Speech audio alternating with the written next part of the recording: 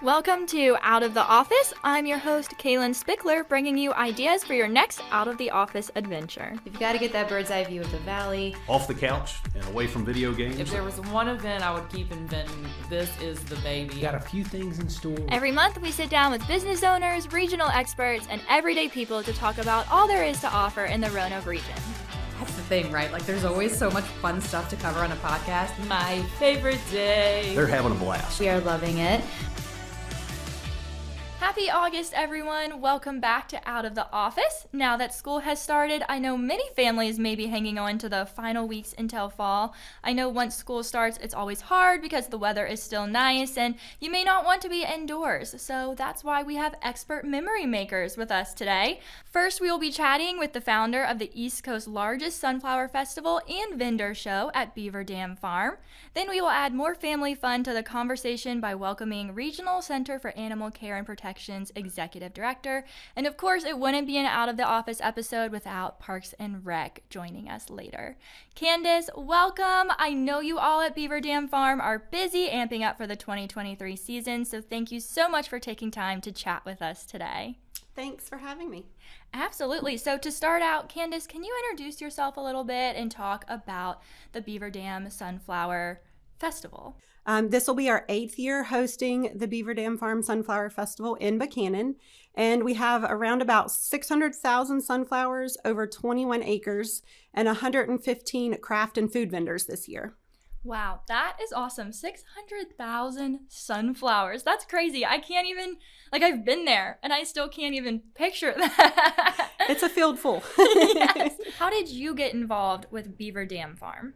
So I've grown up and lived on the farm my whole life. Okay. Our family purchased the land back in 1900. We were a tomato cannery to start off with. And then the tomato blight came through the county and wiped all of the tomatoes out. So we transitioned to a dairy farm. Okay. And we were a dairy farm for 92 years. And then in 2019, we had to sell out and made another transition into beef cattle. Mm-hmm. But to back up a little bit, in 2015, we had an open field and we didn't have any crops in it planted for the cattle. So my dad said, why don't we plant some sunflowers? And I kind of stopped and was like, well, why would we do that? We've never planted them before. The cattle can't eat them. Like, what good is a sunflower going to do? Yeah. Is basically what I asked him. And he said, I just like them and we have an open field, so we're just going to plant them. I was like, okay, well. Yeah. So he planted them. And we had a little bit of interest from people driving up and down the road saying they were pretty or they wanted to pick a few or take pictures with them. Yeah. And that was kind of it. So the next year, he planted them again. And 2 weeks before they were starting to bloom, we were having a meeting because I was bookkeeper at the time for our dairy farm. And I said, we're trying to pay these bills from the dairy farm being a generational family event. And they had piled up. And I said, if people pay to walk through dead corn in a corn maze, surely they would pay to walk through sunflowers. Yes.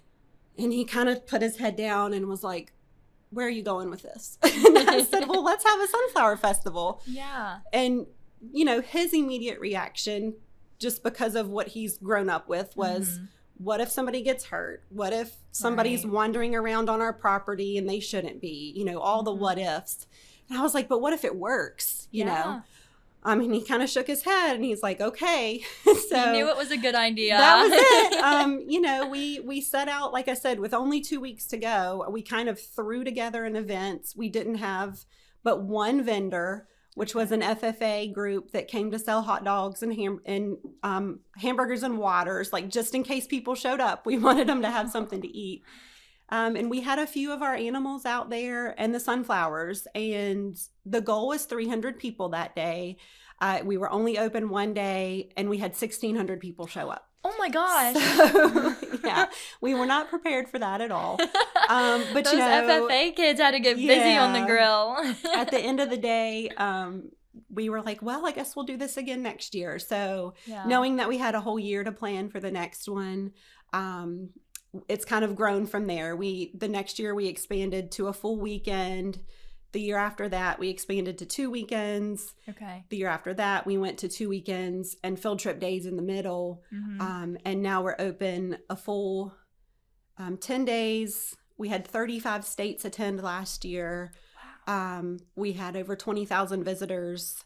And then our vendor impact, last year, our statistics were we had 102 vendors. And in the days that we were open, they sold over $365,000 worth of their materials. So That's being able to incredible. help those families is a big deal to us as well. Yeah. So what does your dad think about this now? He got on board after that first year, and he loved seeing all the people come through and talking to everybody and just what it's grown into. The sunflowers are a very big part of the festival, but like you said, there's more to it. So you all have vendors and sunset dinners, hay wagon rides, live music, and so much more. What can people expect this year? Definitely. So we do have more than just sunflowers. Over the years, we've added hay rides, kids activities, live music on the weekends. This year, we have 7 bands that will be performing on Saturdays and Sundays. And on the 17th, we have children musicians and cloggers as well. So we have 115 food and handmade craft vendors that'll be set up both weekends. And then on the evenings and senior day, they'll be there as well. Like you mentioned, we do have 2 sunset dinners. Both of those are already sold out, so be on the look for those next year. And then we do have yoga and goat yoga tickets available as well. Can you elaborate a little bit more on the sunset dinners and the goat yoga and the field trips? All of those are very special opportunities that you guys have done with the growth that has occurred at the farm. Yes, so our sunset dinners are special.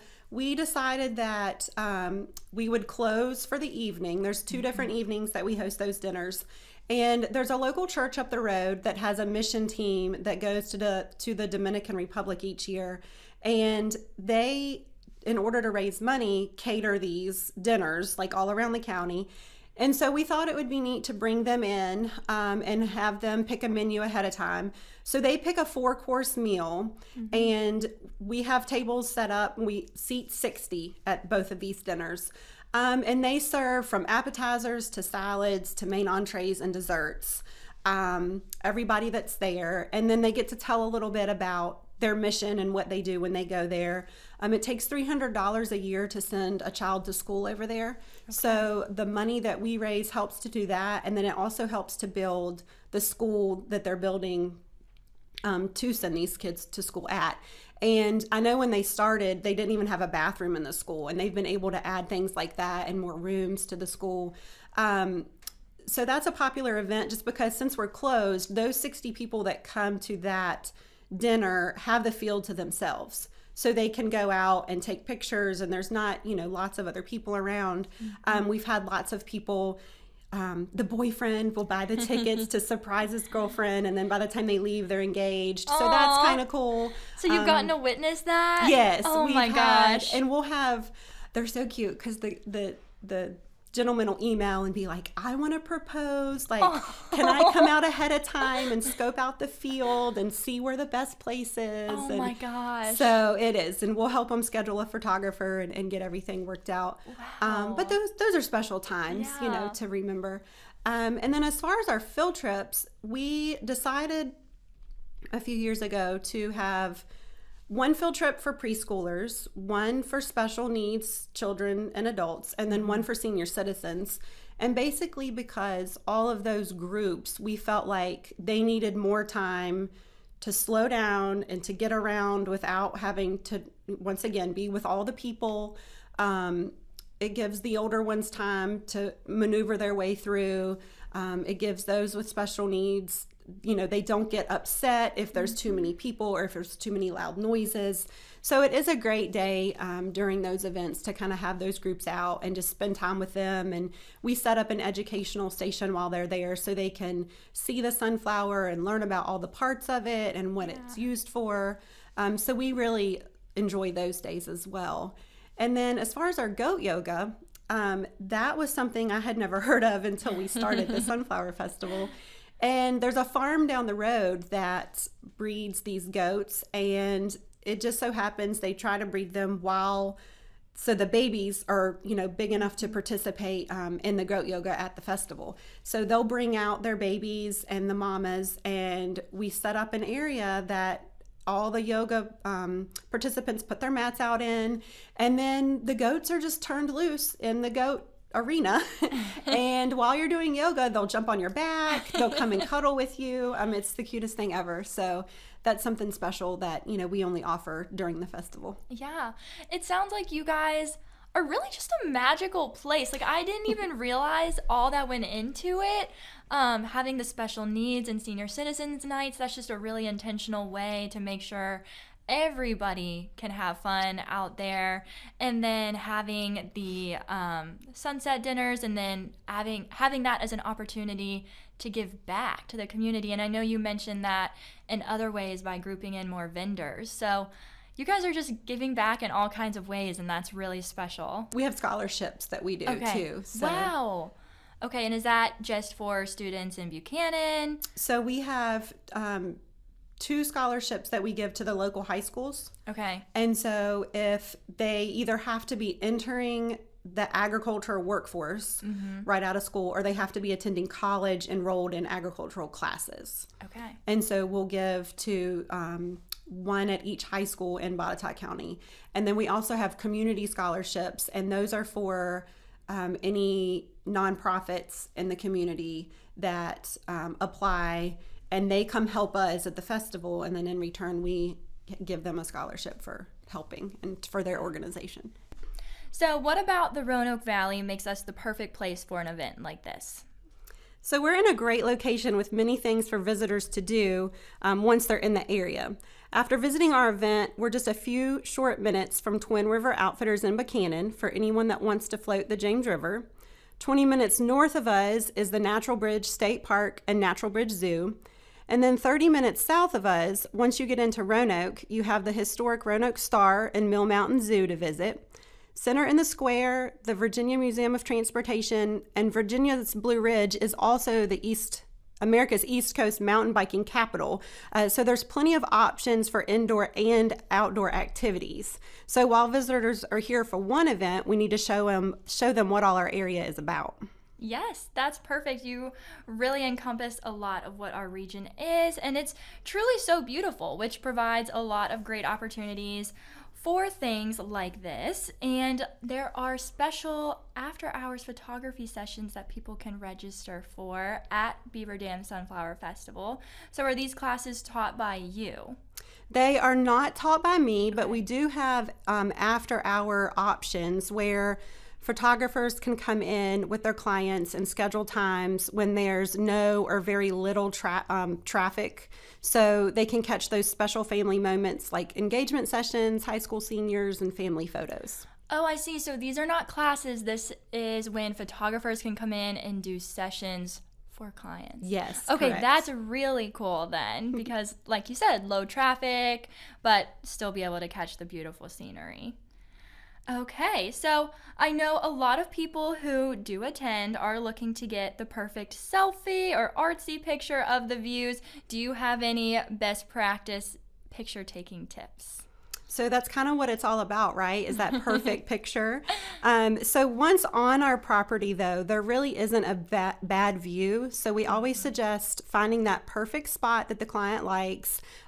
Make sure nobody's looking directly into the sun, and just relax and have a great time. Yes, I know when the festival begins, my Instagram feed is always covered with pictures of people going. Even when I was in college, it was like, if I hadn't heard that the Sunflower Festival had started, I knew right away. Absolutely.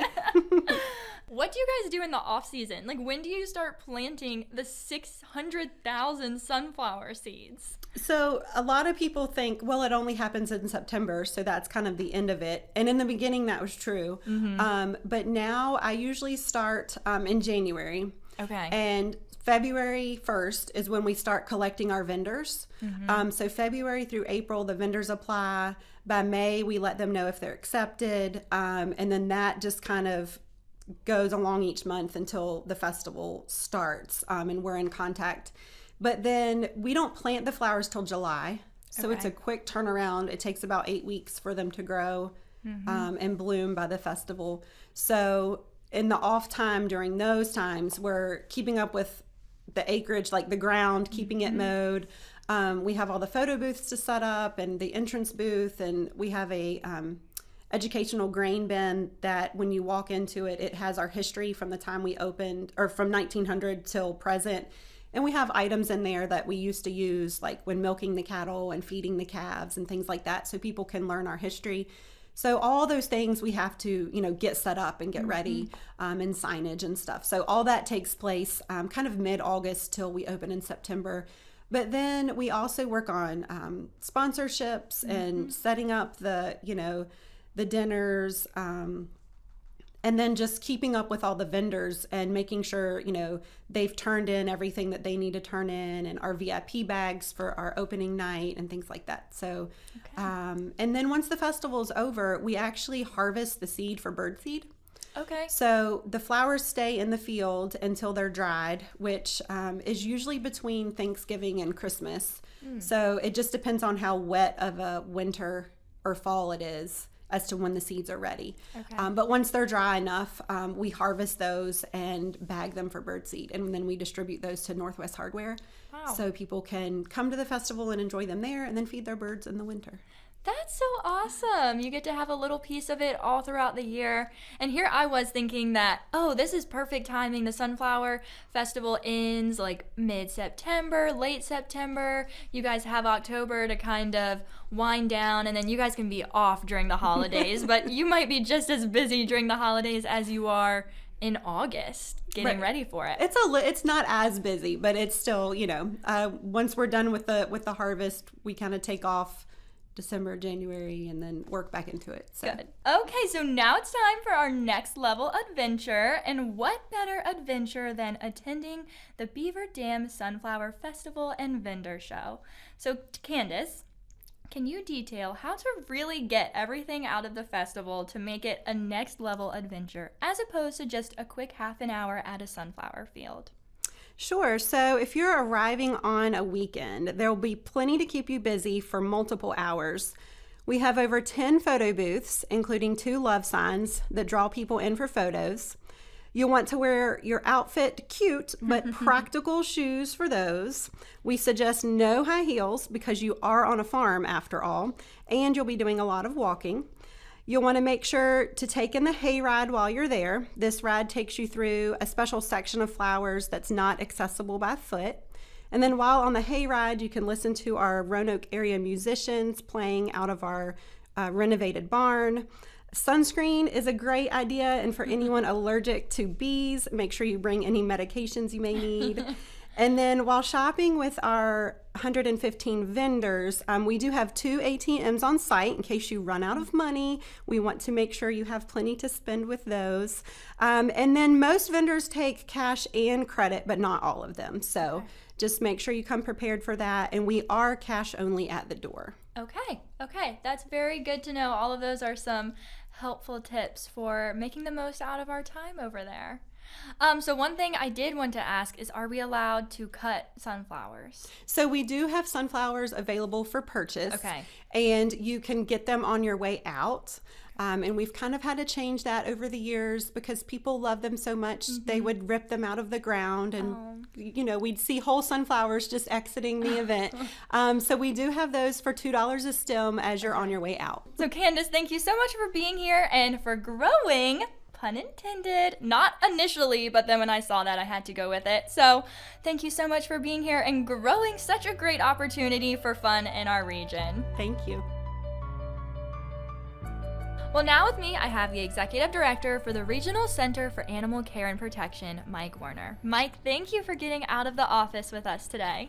Good morning. Thanks for having me here today. Absolutely. So can you talk a little bit about yourself and your time with RCACP? Well, most of my background is in law enforcement. I retired from the county for 34 years, and then I was asked to temporarily stay at the shelter for a little bit and work there, and that's turned into a long process of 6 years, and it's a great place to work, and it's not many places you can go every day and play with animals and still get paid, so it's a fantastic place. Yeah, well, that's awesome. So 34 plus 6, you're at 40 years with the county in some capacity. And I'm only 19. Yes, you are. So can you tell us a little bit about what RCACP does? Well, RCACP is the regional shelter, and we house stray animals for Roanoke County, Roanoke City, the town of Benton, and also Botetourt County. So we're what you're classified as the government shelter for the Roanoke Valley. Okay, and how does that differentiate from the SPCA? Well, the SPCA is more of a humane society Okay. type setting. Their goal is to try to take in animals from us and other localities that are already usually spayed and neutered and ready to go. We're strictly a holding facility. We try to keep them there for 5 or 10 days until their owner can reclaim them. If not, then we run them through our eval process. We also spay and neuter and adopt, but then SPCA, Angels of the CCs, Franklin County, other humane societies pull from us and have their own adoption programs. Okay, sounds good. So I know you all have the Adventure Dog program. We do. And back in the fall, I participated where I took a pit bull Moki out for the afternoon. We got to do some exploring.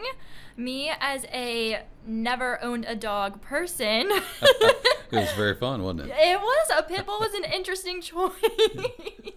But it was fun and it was exciting. And I think that this is a great opportunity for people in the community to have some fun, but it also helps out on your all's end as well. It does. And we started the program back in 2019 after working with Virginia Tech doing a research program. We had students come in and look at the animals and take samples of their urine, and they were able to distinguish that if they stayed in a shelter a long period of time, they were not releasing the amount of, I guess, cortisol that they needed to release to make them feel better. Okay. It's a long depth program, but Yeah. over a year's time of samples and doctors checking them and stuff like that, we kind of came up with, okay, what can we do here at the shelter to get the dogs out? As you know, at the shelter, you can only have so many employees, so there's just not enough employees to go around for every animal. So we started this program to have citizens come in and volunteer for us, just like you, take a dog out for a day and decide where you want to go, exercise it, let it walk, and then bring it back, and they're just so much better relaxed in the shelter. Yeah. The shelter can be a stressful place for an animal. There's limited space. They're in a small area for their housing, a lot of barking, a lot of noise, a lot of activity that's going on they might not understand, not like being at home laying on your couch. Yeah. So getting them out and having that time, that freedom to go out and about with a different person is just a fantastic program, and it's really worked out really well for the animals there at the shelter. Yeah, and starting it in 2019, wow, you guys really lucked out with the timing because that was right before COVID, and then this was something that I'm assuming you all were able to keep going then in 2020 and 2021 even. We did, and it really exploded during that time because people were looking for other things to do because Right. places were closed, and we started to put out more social media events saying, hey, if you're tied up at home and you want to get out, here's a good opportunity. Take a dog out, relax, go out on the Greenway, Parkway, wherever you want to go, and just kind of relax with the animals. So that year and a half or so that we were all kind of locked down, it really did explode quite a bit, and we were able to keep the program going during that time. So That's awesome. worked out really well. Yes, it did. And I think even somewhere along the line during COVID, it came out that dogs can't transmit COVID. So it was even more so like, hey, a dog really is your best friend right now. Right. I think when it first came out, everybody was scared. We didn't know much about the disease, but after that, then everything just kind of picked up for us on our end, and more people started adopting animals too during that time. So it was a win-win for us. Yes, absolutely. And kind of like what I said, I had never owned a dog before. And so this is an opportunity for people of all comfort levels. This doesn't have to be you grew up with dogs or you even have dogs in your home. Like, I know nothing about owning a dog. Right. Now, we have a little application process that you fill out. You kind of tell us what you want to do. Are you going to be walking a 5-mile hike, or are you going to go to just a store, or are you just going to go to a park and sit on the bench and let the dog just kind of sit there with you? So we kind of try to pick the animal with the person that's participating in the program. So, we're not going to give you a 8-year-old dog to go up McAfee's knob or something. That's just not going to work out. So we do try to pick the animal with the person that's coming in to be part of the program. And a lot of times, we have people that come in just saying, hey, I've got 30 minutes, they'll go out in our yard and just sit with them on our park bench and let them, get the fresh air and walk around. So it's, it can be a large event for half a day, or it can be just a few, 30 minutes to an hour at our place and let the dogs out a little bit. It just helps out. I just don't have enough staff to do that. So anything is better than nothing. Yeah, even just on a lunch break then, it sounds Exactly. like. Okay, Exactly. that's really good to know. So I feel like when Moki and I went on our adventure, we did some of the more classic things, like what you talked about, walking on the greenway, hiking through trails. We did get the pup cup. I am so curious, what is the craziest story you have heard about somebody doing with their adventure dog? I think a lot of them take them to Home Depot and Lowe's, and you'll see them in the electrical department. They'll hold up some type of plier or something and say, hey, I'm shopping with, this dog today. It's from the RCACP. So we get a lot of good pictures of the puppy cups, of in the stores, wherever you can take animals. But it seems like the home improvement stores bring out the best pictures, especially in the flowers and stuff like that. Oh, that's true. Yeah, it's kind of neat to see those pictures. But we've got a lot of social media posts of where the dogs have been.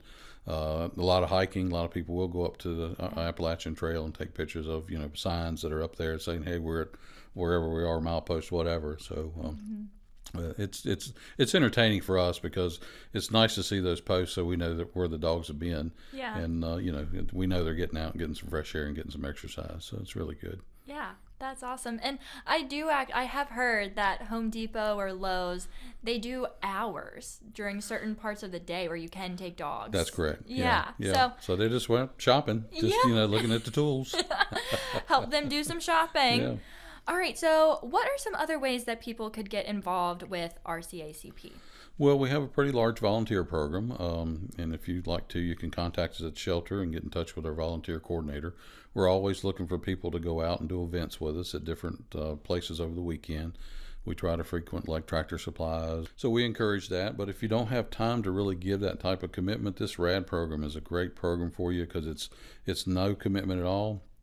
You just come in, do the paperwork, take out a dog, and it's if you want to do it one day a week, if you want to do it once a month, it doesn't matter. So it's really an easy way for the public to get involved without having to make some long-term, commitment to be at the shelter every weekend or all the events that we do. So I just encourage people to get out, check out our dogs, take a look. Do you have any other events coming up in the next few weeks? For the rest of the month, we're working with NBC Clear the Shelter. Okay. So every weekend, we're doing some type of special or some type of, something to draw people in for the weekend.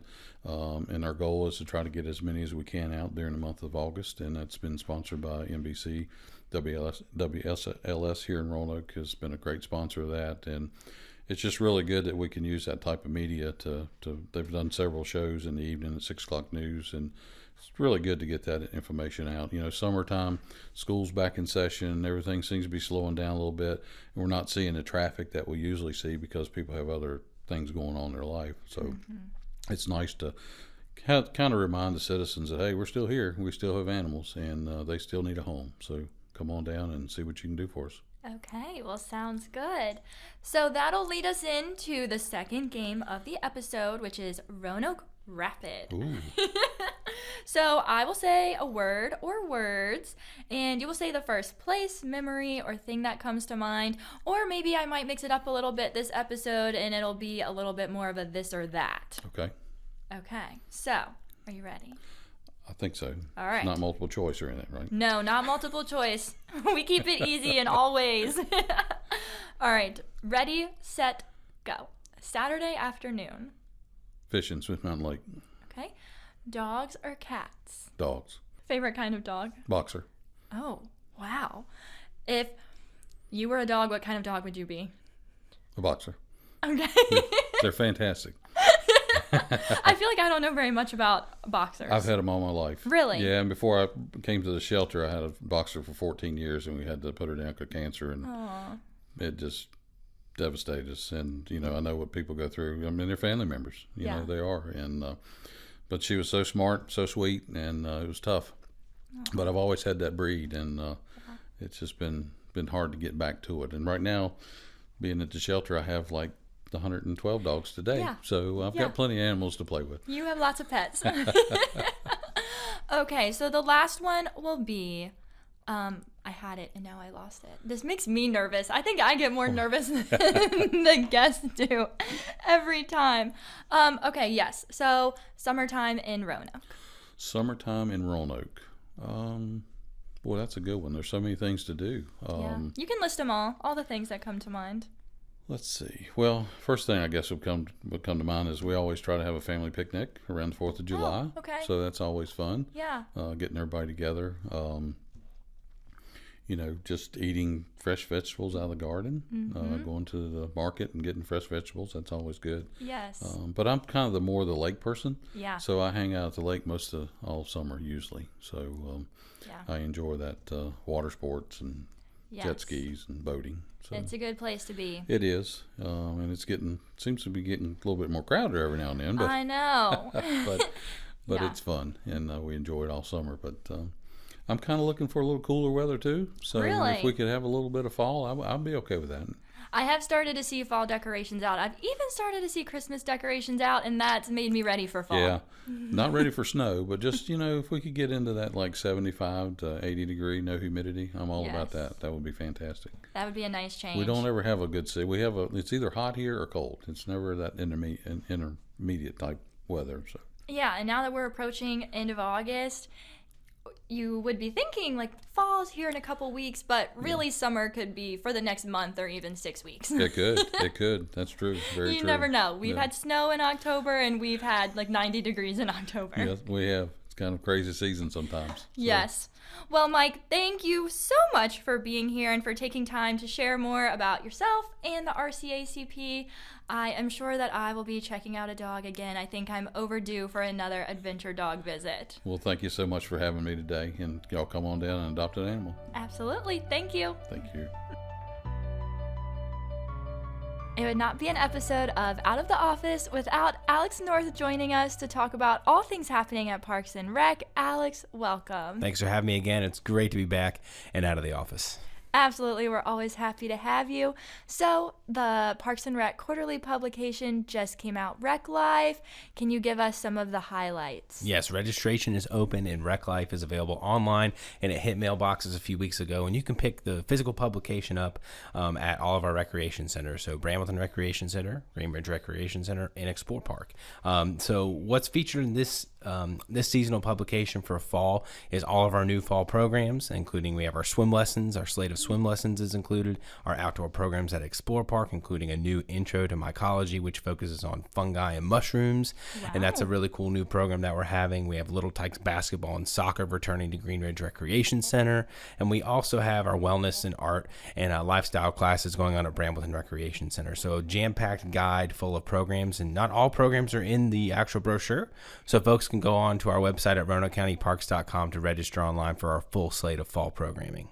Awesome. Well, so in addition to the fall programs, we also have some fun fall events coming up. Can you talk a little bit about those? Yes. So kind of as we wind down summer and gear into fall at Splash Valley specifically, we have two new events that benefit, kind of have a dog theme to them. So we have a dive-in movie coming up on Saturday, September 2nd from 7 p.m. to 10 p.m. where you can dive into the pool and watch a movie. Kind of a play on words there, but the water park will be open extended hours till 10 p.m. and the movie Super Pets will be showing on the big screen out at Splash Valley. So that'll be a really cool event, and admission is $7, or you get in free with a donation item to RCACP.